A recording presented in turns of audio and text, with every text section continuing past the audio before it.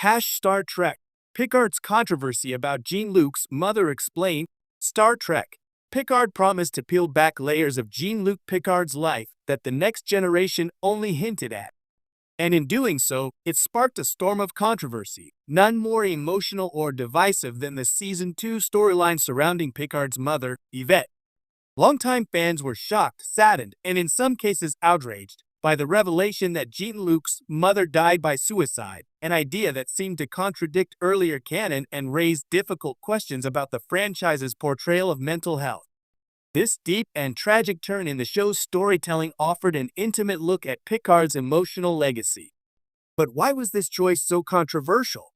How does it connect to broader Star Trek lore, and what does it say about how the franchise treats its characters' histories? Let's dive into the emotional complexity, the canon contradiction, and the thematic implications of Star Trek, Picard's portrayal of Jean-Luc's mother. A beautiful memory from the next generation. In Star Trek, The Next Generation Season 1, Episode 12, Where No One Has Gone Before, Picard has a brief but poignant vision of his mother. Played by actress Herta Ware, she appears in an elegant Victorian setting, serving tea and offering comfort. The moment is brief and surreal, but it left fans with the impression that Jean-Luc's mother had lived a long life and that he had fond, loving memories of her. She was a figure of wisdom and grace in his mind. This vision, though clearly a manifestation of his mind while the Enterprise was being thrown across the universe, seemed to reflect a warm emotional core Picard carried about his family.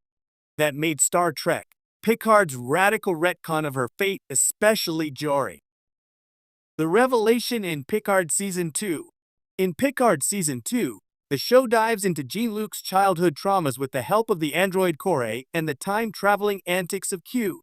What begins as a story about galactic timelines eventually becomes a deeply personal exploration of Picard's emotional repression.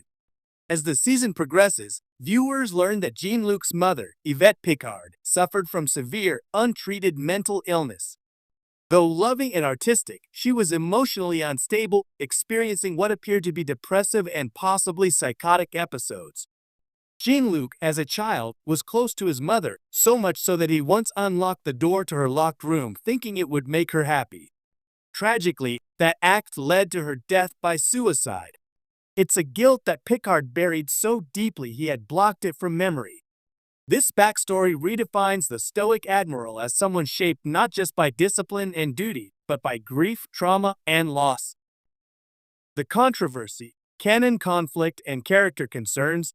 The backlash from some fans was swift. Many saw the revelation as not only emotionally manipulative, but also contradictory to established canon. After all, in The Next Generation, Picard spoke of his mother as if she had lived into his adulthood. The serene image of her in Where No One Has Gone Before seemed entirely at odds with the tragic story in Picard. Some fans argued that this was yet another example of modern Trek retconning legacy characters without regard for continuity. Others felt it betrayed the spirit of Jean-Luc Picard himself, a man who had spoken so often of control, logic, and strength of will. To them, the backstory felt like a forced justification for his emotional coldness. More importantly, others took issue with how mental illness was portrayed. While the show tried to paint a picture of the tragedy of untreated mental health conditions, even in a future where humanity is supposed to be enlightened, it walked a delicate line. Some felt the portrayal was sympathetic and raw, while others believed it was exploitative and simplistic, reducing Yvette to a plot device in Jean-Luc's story. What was the intention? Showrunner Terry Matalas and the creative team behind Picard Season 2 sought to humanize the famously reserved captain. In many ways, Picard is not about galactic diplomacy or space battles, it's about legacy, healing, and confronting the past.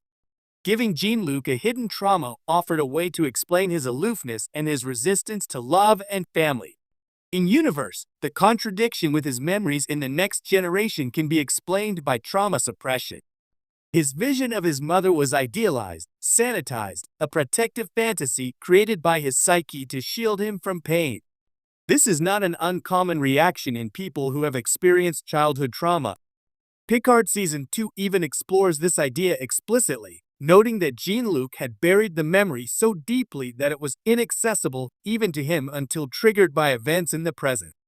It's a narrative choice that asks viewers to reinterpret everything they thought they knew about the man. Mental illness in the 24th century.